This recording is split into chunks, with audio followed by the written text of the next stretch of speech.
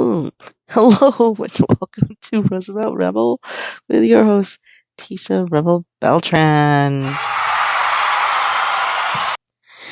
It's been a busy couple weeks. It's been a crazy couple of years. Just gonna make it short and sweet. Kabadooba. My oldest nephew's in town, so I got to see my great nephew and niece and his wife.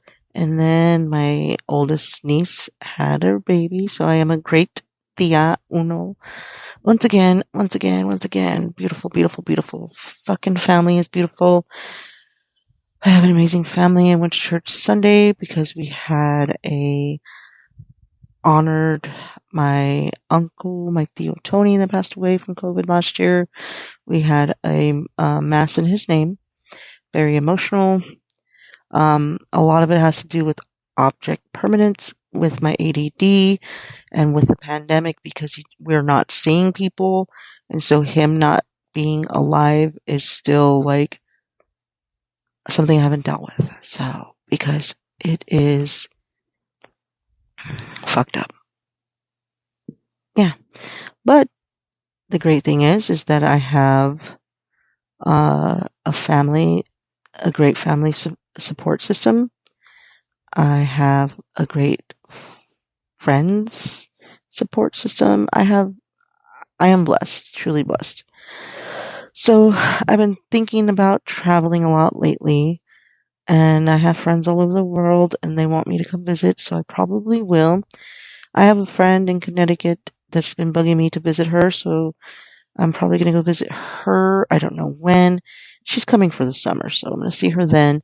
And then I have a friend that I met when I got back into town, and she lived in Tucson, but then she moved like a couple weeks after we met back home to Massachusetts. So I want to visit her, and like she posts videos of like her going for a walk with like the dogs and the kids, and like beautiful, beautiful. It's beautiful out there. And I have a friend in Australia who's been bugging me to visit her for many years. I think she just wants me to cook some food for her, so some Mexican food, because she's always talking about Mexican food and my mom's food and wanting me to cook for her. So I think that's what it is. I think she's like, come on down under and make me some Mexican food. And it's so funny because she has an Australian accent now because she's been living there for fucking ever. Shit, how long has she lived there? 'Cause she was in Boston for a while and then she had a Bostonian accent. Oh, fucking fantastic. Um, yeah, but I've known her since high school, so it's just crazy. She's been all over the place. But most of all, the first thing that I'm gonna fucking do is travel in-state before I go out-state because of what's going on with today's world events, and so you gotta be safe. Um, for reals, you gotta be safe. So I've been doing a lot of planning for travel, and because I'm excited about it, and you know, I have to put things in order of priority, and my family and all that stuff comes first, and always will be, because I am a family person.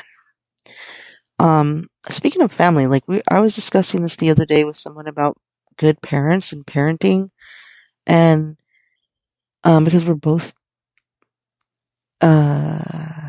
eligible bachelorettes, no, we're thinking of dating and like not together, but just in general. Well, maybe.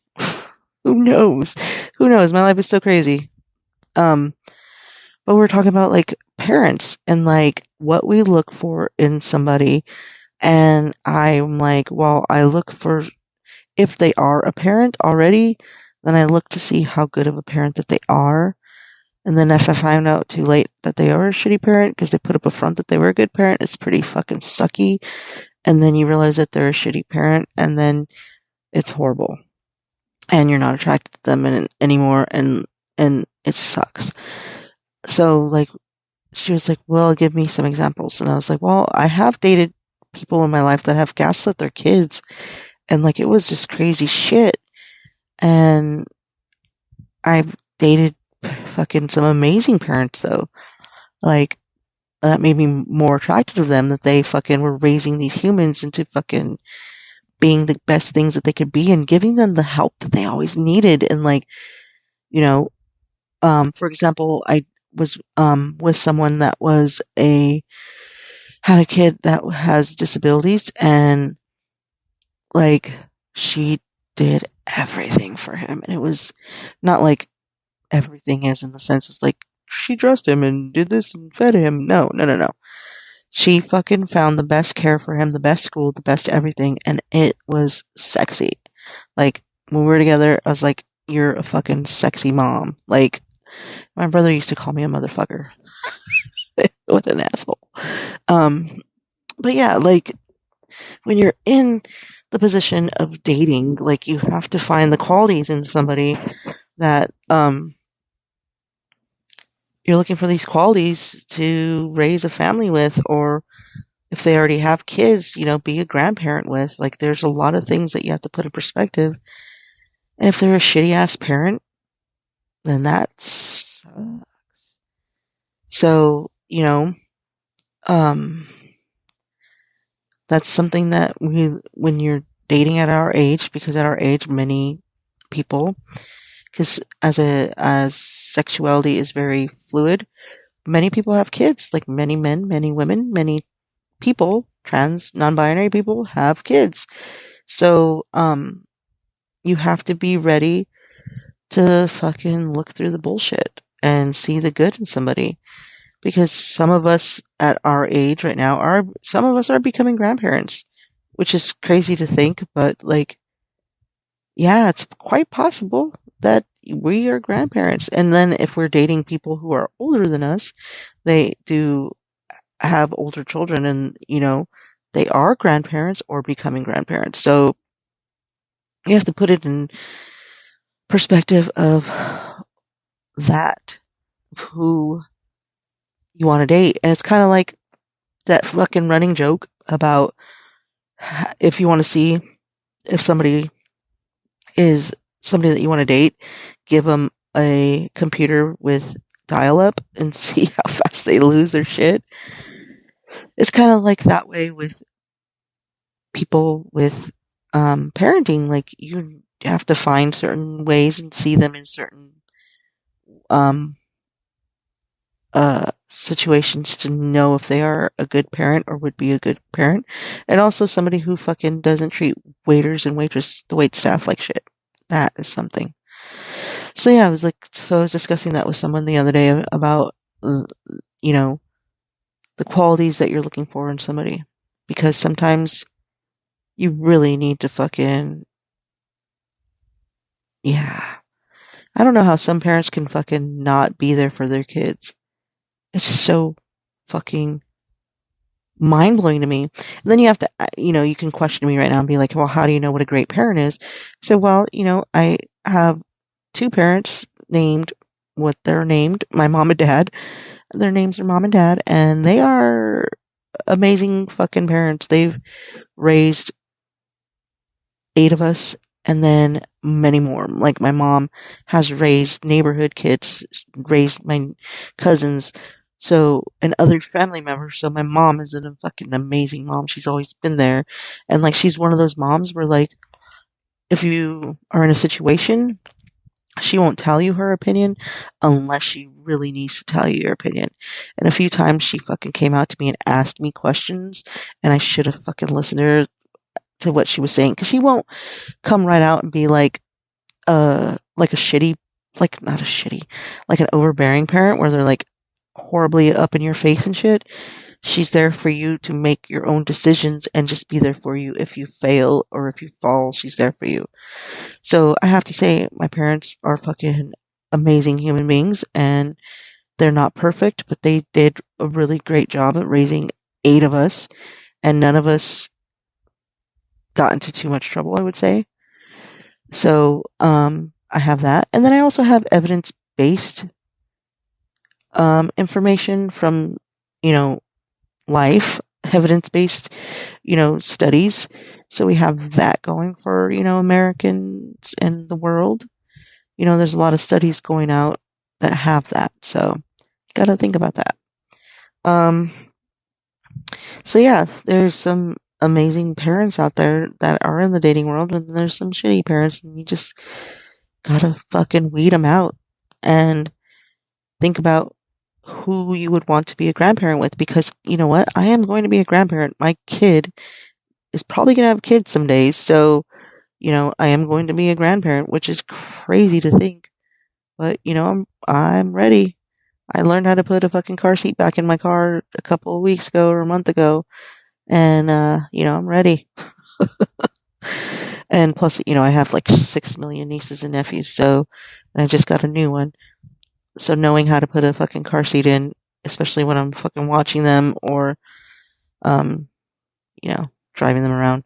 But yeah, so parent that is a good parent is sexy. So remember that, people.